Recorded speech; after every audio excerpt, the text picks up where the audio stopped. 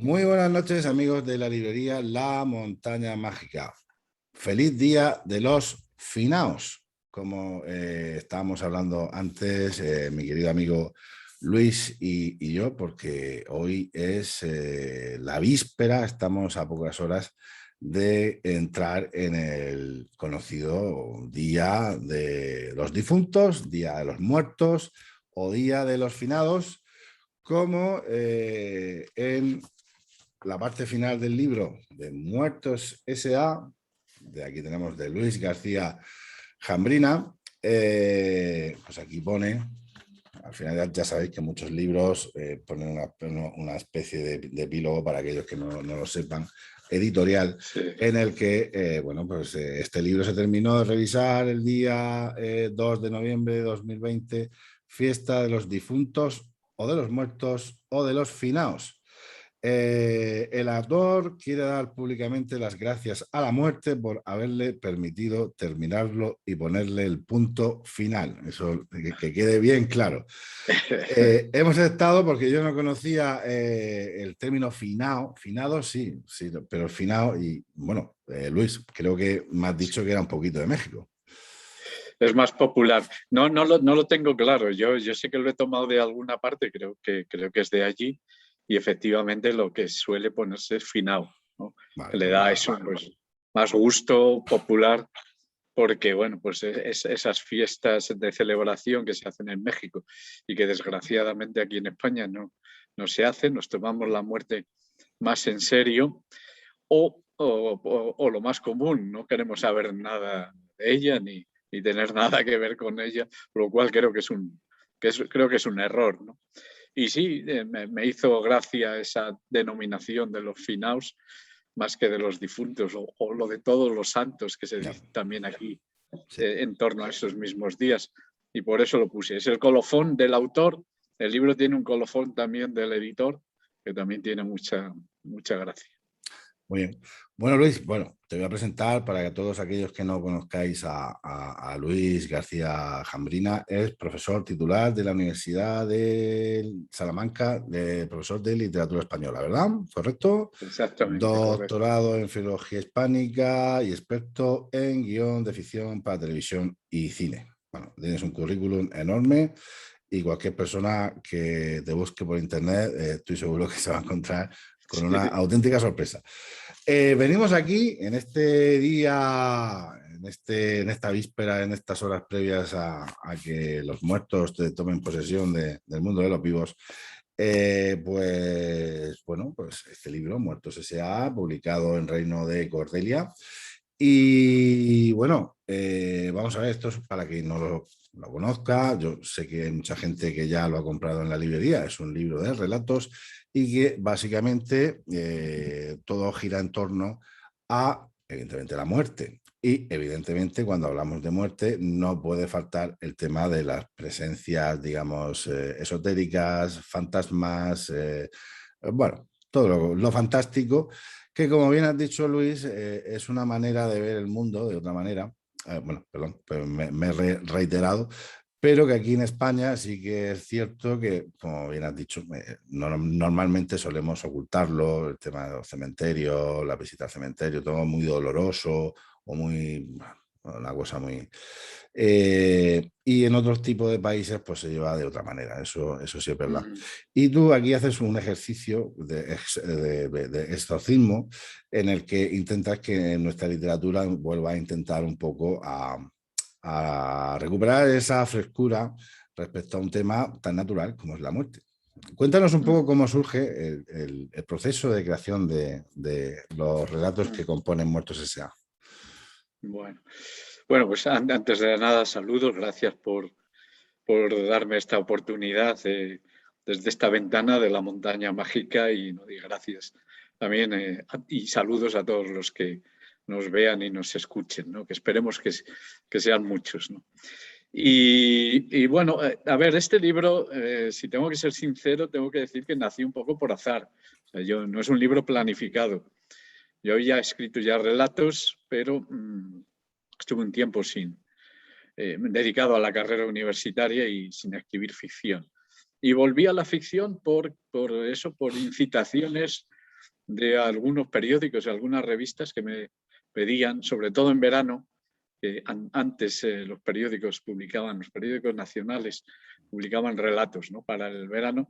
Me empezaron a pedir relatos y yo, a mí me gustan mucho los encargos, creo que pueden ser muy estimulantes y empecé a escribir estos cuentos, primero para el diario ABC en verano y luego para la revista Clarín, que se publica en Asturias.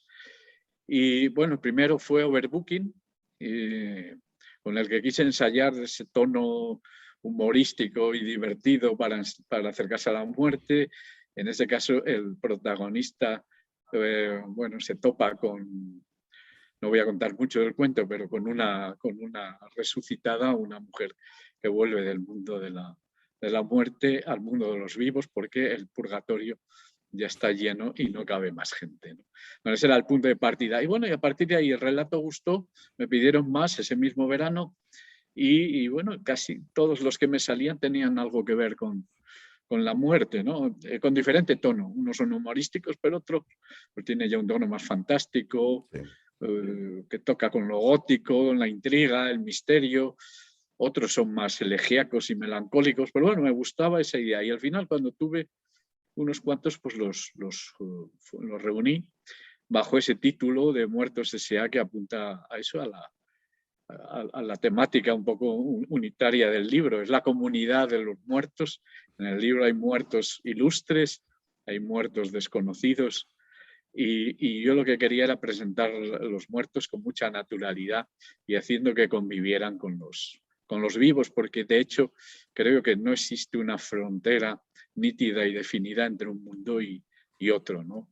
Los muertos, muchos se aferran a este mundo y no quieren marcharse de él, y por suerte otros, gracias a la memoria que los mantiene vivos, pues también permanecen mientras son recordados aquí. Bueno, quería jugar un poco con todo eso. Bien, claro que sí. El primero de los relatos es una verdadera joya. Es la verdadera historia del Quijote.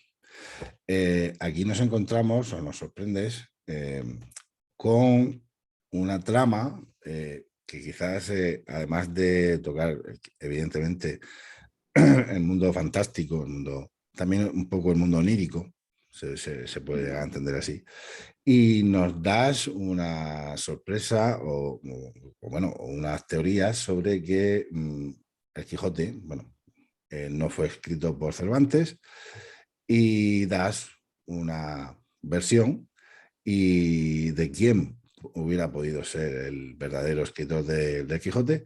Esa versión es totalmente, digamos, desde tu punto de vista ficticia, o tú serías capaz de mantenerla en una conversación como una posibilidad real. Tú serías capaz de mantener una discusión diciendo, oye, vamos a ver, hay dudas a veces, que eso ya se sabe, de que el Quijote fuera Sí. escrito realmente por Miguel de Cervantes, y todo eso ya se sabe por cualquier persona que se haya acercado un poco al mundo cervantino. Y bueno, por no querer desvelar un poco la trama del propio cuento, no vamos a desvelar quién es, pero tú serías capaz de ponerte encima o sea, en una sobremesa y discutir con un cervantino convencido de que Cervantes escribió el Quijote, y tú serías capaz. Hombre, si es necesario, lo haría, ¿no? ¿Por qué no? Lo interesante de la ficción literaria es que uno plantea cosas que pueden ser invenciones, pero que a veces resulta que son más verdaderas y certeras que las teorías que plantean los especialistas y los eruditos, ¿no? Y muchas veces, a mí me gusta, primero, en mis cuentos y en mis novelas también, es basarme en datos reales, ¿no? Y en datos históricos hasta donde es posible. Y luego, a partir de ahí, solo a partir de ahí, inventar. Pero siempre son los datos reales históricos los que me facilitan ese hilo del que luego yo tiro y a ver a dónde va a parar. Y esto es lo que pasó aquí. Tiré del hilo. ¿Quién me facilita el hilo? El hilo me lo facilitó el propio narrador del Quijote, que habla de esto, ¿no? De que él en realidad está narrando la historia que antes había narrado un historiador arábigo, y por eso cuando se le acaban los papeles que cuentan esa historia tiene que interrumpir su narración y tiene que salir a la calle y tiene que ir al mercado en Toledo a ver si encuentra más legajos donde se hable de la historia del Quijote, hasta que por fin los encuentra, pero están escritos en árabe y tiene que darlos a traducir. Y bueno, ese juego tan cervantino, tan irónico, es el que he pretendido yo seguir. Este cuento está escrito en el año 2005, el año del centenario de la publicación de la primera parte del Quijote. Si recuerdan, y si recuerdan los que nos estén viendo, pues se celebró por todo lo alto, era época de vacas gordas, sí. y hubo muchísimos actos, sí, hasta hartar, ¿no? Hartar ya a todo el mundo. Y yo dije, ¿y si imaginamos que efectivamente lo que dice el narrador del Quijote fuera verdad y la historia del Quijote hubiera sido escrita en primer lugar por un historiador arábigo en árabe, o sea, la obra más importante de la literatura en lengua española hubiera sido escrita en realidad por un árabe que además es expulsado después con la expulsión de los judíos después de haber escrito la primera parte. Me pareció una situación tan tremenda, tan irónica, tan interesante que, bueno, decidí plasmarla. También me ayudó Unamuno, ¿no? Que en esa reescritura que él hace, él se apropia del Quijote de alguna manera y, bueno, y pone en entredicho desde su punto de vista la autoría de Cervantes. Entonces, bueno, partiendo de eso, decidí hacer este cuento.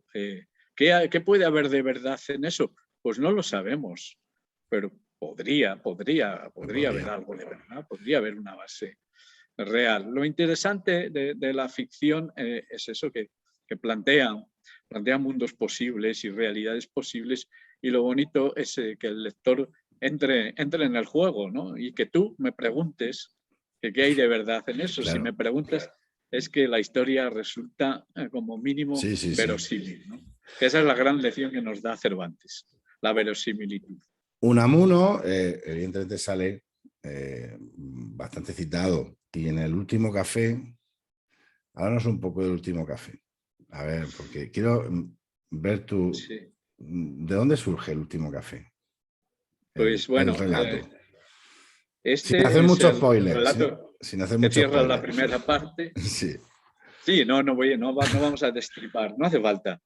Y el del Quijote es el que abre esa primera parte. Sí. Entre los dos hay vasos comunicantes. Claro, no hay overbooking, etcétera, sí. Pero son los dos últimos que escribí de esa primera parte.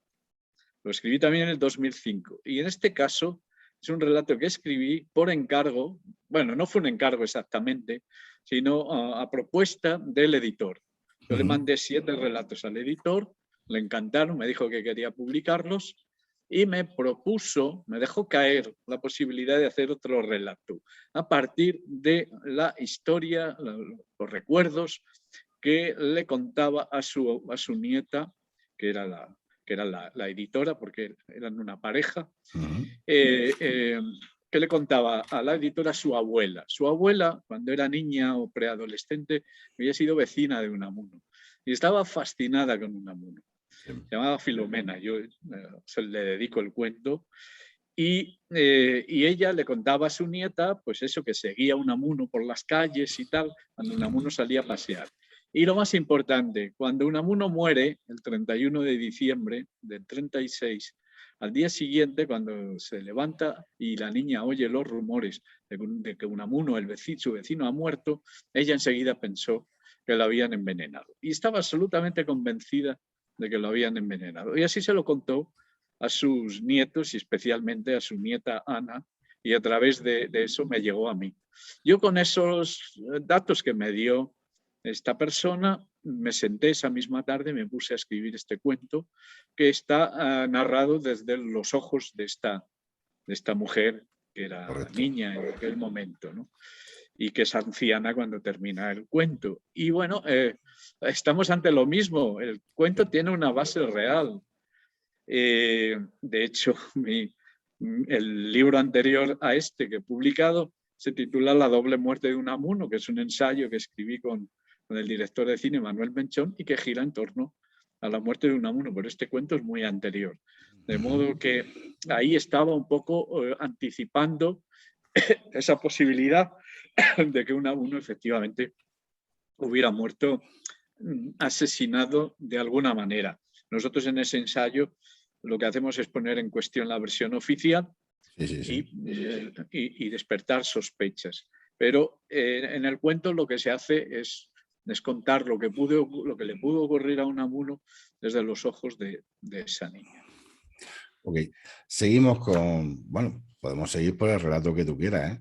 Pero bueno, a mí me ha llamado de la siguiente parte una fosa poco común y después un viaje muy agitado.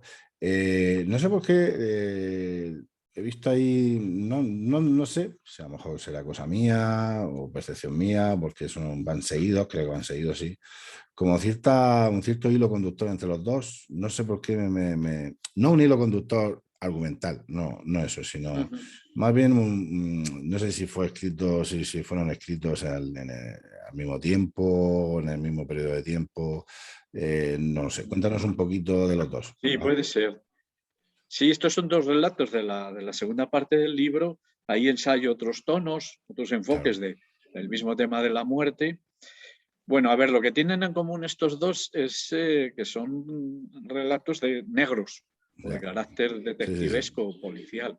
Eso es lo que es un género que a mí me gusta mucho y he escrito alguna novela en esa línea. Por cierto, en este libro está el origen, en los cuentos de este libro, el origen de todas mis novelas posteriores. Cuando abandoné la escritura de cuentos, Sí. me puse a hacer novelas, las raíces estaban todas en este libro. Y bueno, pues ahí hay dos cuentos policíacos que son muy diferentes. Y bueno, que tiene este elemento en común, el de la intriga. En el caso de una fosa poco común, además el telón de fondo son unas excavaciones, ¿no? Pues de fosas comunes, que era un tema que en aquel momento, cuando escribió el cuento, estaban muy de actualidad, lo siguen estando, pero hubo un momento que se habló mucho de ello, Sí. se emprendieron excavaciones, ¿no? Y bueno, a mí me interesaba mucho ese desenterrar la memoria y desenterrar eso que ha permanecido ahí oculto durante varias décadas. Y lo mismo me planteaba una situación que no voy a contar. Claro. Y es ¿qué pasaría si en esa tumba apareciera? Pues es un elemento discordante, ¿no? Claro. Y ahí se hace un juego entre el pasado y el presente, etcétera, en torno, de nuevo, pues a la muerte, ¿no? Y en el otro, pues también es un cuento de intriga y con una sorpresa final. Casi todos los cuentos de este libro, sean del tono que sea, acaban con esa sorpresa final que le da un giro al final al relato, a veces de carácter humorístico, a veces se revela la solución de ese crimen o de esa investigación, como en este caso, etcétera, ¿no? A veces es un bucle que nos vuelve otra vez al principio del cuento o del libro. Pero bueno, está muy bien visto esas conexiones. Vas señalando parejas de cuentos que efectivamente tienen muchos elementos en común. Sí. A ver, hay uno, eso sí, me ha encantado. Me ha encantado no sé, me ha encantado. Alucinación en Venecia. Ajá. Cuéntame cosas de Alucinación en Venecia. Bueno, Cuéntame. pues ese es otro tono, ¿no? Ese es un Sí. cuento más bien histórico, porque habla de la muerte de Wagner, ¿no? Es un personaje atractivo, interesante, de vida un tanto tumultuosa, apasionado de su música y que estaba obsesionado con el Santo Grial, ¿no? Con encontrar el Santo Grial. Y luego la otra pata de este cuento es un pintor real también, de origen cántabro, que se hizo amigo de Wagner y que pintó una serie de cuadros que tenían que ver con el Parsifal de Wagner. Y yo lo envuelvo pues también en una especie de intriga, de búsqueda del Santo Grial por encargo de Wagner, ¿no? Este cuento también se suscitó un poco por un encargo que es el Museo de Bellas Artes de Santander. Tiene un ciclo, no sé si sigue funcionando, que se llama Alucinaciones, donde invitan a un escritor para que elija un cuadro del museo y a partir de él pues, dé una charla y una conferencia, lo que sea. Yo, en lugar de dar una charla, escribí este relato y lo leí allí en el Museo de Bellas Artes, ¿no? Y me gustaba jugar, pues de nuevo, eso, con la realidad, con la ficción, la historia, la invención, siempre con el tema de la muerte, en este caso, además, pues rodeado todo de estos elementos de carácter pues, mítico y que tienen que ver con el Santo Grial, etc. Sí. Jugar un poco también con elementos de la literatura fantástica. Y aunque este cuento está en una clave más seria y elegíaca, pero siempre está ahí la ironía de alguna manera, ¿no? Incluso en el momento de la muerte de para mí es uno de los más destacables, te lo digo de verdad, a mí me ha encantado. Me alegra que... me ha encantado. Fíjate tú que cómo se transmiten muchas veces las pasiones mágicas o ese pensamiento mágico de estar buscando el Santo Grial. Wagner era muy propenso a este tipo de mitomanía. Y después cómo Wagner es apropiado por el régimen nazi y al final el régimen nazi también cae en esa trampa, en esa trampa de esa búsqueda a veces de emprender incursiones simplemente porque había una idea preconcebida de que en tal ciudad o en tal ciudad o en tal, haciendo tal camino había cosas tan irracionales que fíjate tú como la cosa muchas veces la transmisión de ideas muchas veces es muy seria, es muy seria. Además es que es eso, pues Wagner siempre despierta unas resonancias que tienen que ver con los nazis, etcétera. Y eso me gustaba. No quiero unir a Wagner con los nazis, es decir, vamos, inevitablemente pensamos en ellos, claro. Ya, pero que... en esa apropiación, ¿no? Sí, de esta figura y de su música. Claro. Y luego el escenario de la mayor parte, no de todo, pero sí la mayor parte de este cuento, que es la ciudad de Venecia, pues aunque es un escenario ya muy trillado, muy utilizado, pero a mí me apetecía hacer algo porque, bueno, es una ciudad de alguna manera muerta, agonizante, porque se sobrevive. Es como un zombie urbano, ¿no?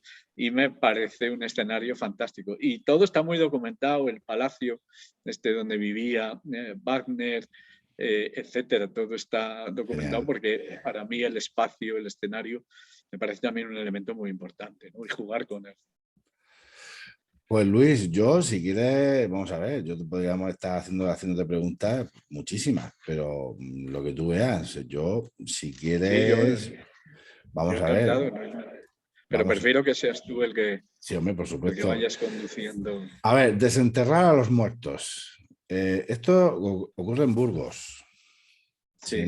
Si no recuerdo mal, muy cerquita de Atapuerca. Ya sé, claro, enseguida pensamos en Atapuerca. Yo es que soy licenciado en historia. Yo soy licenciado en historia, entonces no sé si no te lo había dicho, pero entonces claro. Sí, no, y se nota también en tus predilecciones.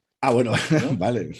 Creo sí, yo. Sí, claro, sí que al final uno peca de lo que ha leído mucho, al final. Es que eso es inevitable. Este es un cuento que rompe un poco, porque es cortito y está en esta segunda parte y es después de Alucinación en Venecia y rompe un poco como, es decir, después de un relato tan serio, o sea, serio no es que Desenterrar a los muertos sea serio, sino contundente en el aspecto narrativo. Hay como una especie de reflexión, es decir, cuéntanos un poquito, a ver, ¿de dónde sale Desenterrar a los muertos? Bueno, eso de nuevo conecta con el de una fosa poco común, ¿no? Que hablábamos antes, ¿no? Las excavaciones. Pues lo mismo, en este caso es al revés, ¿no? Se descubren unos huesos y enseguida, como estamos en la provincia de Burgos, enseguida se piensa que tiene algo que ver con Atapuerca y que va a ser un yacimiento que va a promocionar el turismo de la zona, que se va a hablar Sí, mucho de ese pueblo, ¿no? Y luego, al final, pues aparece la sorpresa y ese giro. Y claro, el relato se convierte en un relato pues, más de carácter más social, ¿no? Está, sí, el trasfondo en claro, la porque al guerra final, civil por un lado y la guerra que está teniendo lugar en ese momento y que se retransmite por la claro, televisión es que al ahí tiempo que se está haciendo esta quiero excavación. aplaudir ahí ese párrafo final donde tú terminas, después de la sorpresa que se encuentran y estas cosas, como, realmente como enlazas lo que es la guerra del pasado, que se está desenterrando, Sí, con la guerra actual televisada, evidentemente ahora totalmente televisada y en directo, y lo vivíamos todo en directo y por 1000 canales. exactamente. Y eso es de aplaudir. No sé en qué año lo escribiría, no sé si fue en el 2003, 2005, sería por esa época, bueno, por ahí. Sí, por ahí, Por sí. ahí, la verdad es que es un giro bastante bueno, es un giro para aplaudir porque convence muchísimo. Lo que pasa, claro, de ser el otro relato tan largo, este es muy cortito, este vas Ese es directamente al grano, es como si, ¡pum! sí, sí, bueno, en ese caso me interesaba esa contundencia, ¿no? Sí, Y sí, no, sí, sí. no perderme ahí en vericuetos, sino, bueno, la contundencia para que marcar bien. Bueno, por un lado, esa sorpresa de lo que esconde en realidad ese hallazgo y luego todo lo que despierta. Lo que despierta después, cuando se desentierra algo, cuando se desentierra el pasado, pues eso, ahí salen a relucir muchas cosas, a veces cosas que no se esperaban, etcétera, y eso pues establece enseguida conexiones entre unos momentos y otros. También esa idea de que, bueno, de que no aprendemos y las guerras Sí. siguen estando ahí, si no es en el lugar donde vivimos, pues es a miles de kilómetros, pero que la televisión nos lo está dando en tiempo real, de manera continua, ¿no? O sea, era explorar también pues esos argumentos más serios, tonos más serios en esta segunda parte, aunque siempre hay, Sí, sí, yo tú creo que siempre mantienes. se crea una situación irónica, ¿no? Sí. Una situación irónica. La vida es muy irónica. Y después, para terminar, terminas con 3 encuentros con la muerte, es decir, como si fueran 3 actos, y haces una Sí, casi mini obra de teatro, podríamos decirlo, sí, sí. sí. Que la primera parte es un encuentro en la morgue, la segunda parte es en el corredor de la muerte y la tercera parte es en mi estudio de trabajo. Cuéntanos un poquito, a ver cómo se te ocurre. Sí. Bueno, estos efectivamente tienen mucho que ver con el teatro, ¿no? Eh, es microteatro. Sí, Sí, sí. yo, de hecho, escribí muchos. Ah, no Simplemente sabes. para este libro seleccioné 3, Ujú. pero escribí muchísimos. Fui planteando diferentes situaciones en las que la muerte aparece y la víctima en cuestión pues trata de burlar la muerte, de esconderse, de escapar, pero al final la muerte Con el siempre séptimo se sale sello. con la suya, ¿no? Y en algunos, pues eso, hay diálogos con a mí. La muerte me parece un personaje fascinante, ya a lo largo de la historia de la literatura y del cine. Ahora quizá más desaprovechado, no nos atrevemos Ya. como antes decía, a hacerlo explícito. Y bueno, hay 3 diálogos ahí en los que estas víctimas pues tratan. Primero, insinúan que eso no tiene nada que ver con ellos. Luego, cuando se dan cuenta de que tiene que ver con ellos, tratan de librarse y de convencer a la muerte de alguna manera, o en el caso de la persona que está en el corredor de la muerte, realmente la muerte le ayuda en lo que no consigue el sacerdote, el cura, Ayuda. lo consigue la muerte, ¿no? De alguna manera brindarle un consuelo y hacer que en esos últimos momentos pues, muera con dignidad. Y luego el último, que es el cierre de ese de ese relato en 3 actos es el cierre del libro también, aunque luego hay un epílogo. Y bueno, ahí quería que fuera un encuentro, eso, en primera persona, ¿no? Con el autor. Yo estoy terminando de escribir este libro, de preparar la edición de este libro y la muerte aparece. Y como no me da tiempo a poner el punto final, pues yo trato de pedir una prórroga, ¿no? Y ahí hay un juego literario, yo creo que divertido, porque además salen a relucir cuestiones literarias entre el autor y la muerte. También un poco en esa línea de las 1001 noches, ¿no? Las 1001 noches es eso, es una serie de relatos que tienen como función tratar de eso, de aplazar la muerte, ¿no? De aplazar la muerte una y otra vez.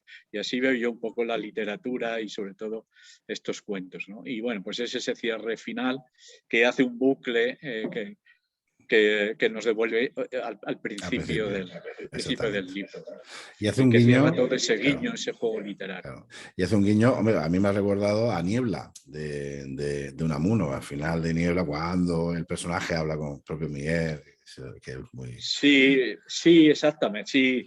Claro, Unamuno siempre está ahí, en mi caso, es un referente fundamental y efectivamente, ¿no? Que el autor hable con su personaje y se salga, el autor entre la ficción y la ficción y los personajes salgan de ella, en fin, todo este juego que pedantemente se llama metaliterario, tenía, pero que no acaba ahí encima, porque luego viene el epílogo que a su vez hace juego con el prólogo y lo deja todo pues más atado y más cerrado, ¿no? Nada, Luis, pues yo encantado de verdad de haberte tenido aquí. Yo solamente invito a todos aquellos que nos estén viendo a que sean con Muertos S.A. en su librería más cercana. Ya sabéis que nosotros apoyamos a todo tipo de librerías, papelerías, lo que fuese. Así que este libro lo podéis encontrar en la librería, lo podéis pedir, os lo van a traer muy rápido, muy prontito. No hay que tener ansiedad, la ansiedad...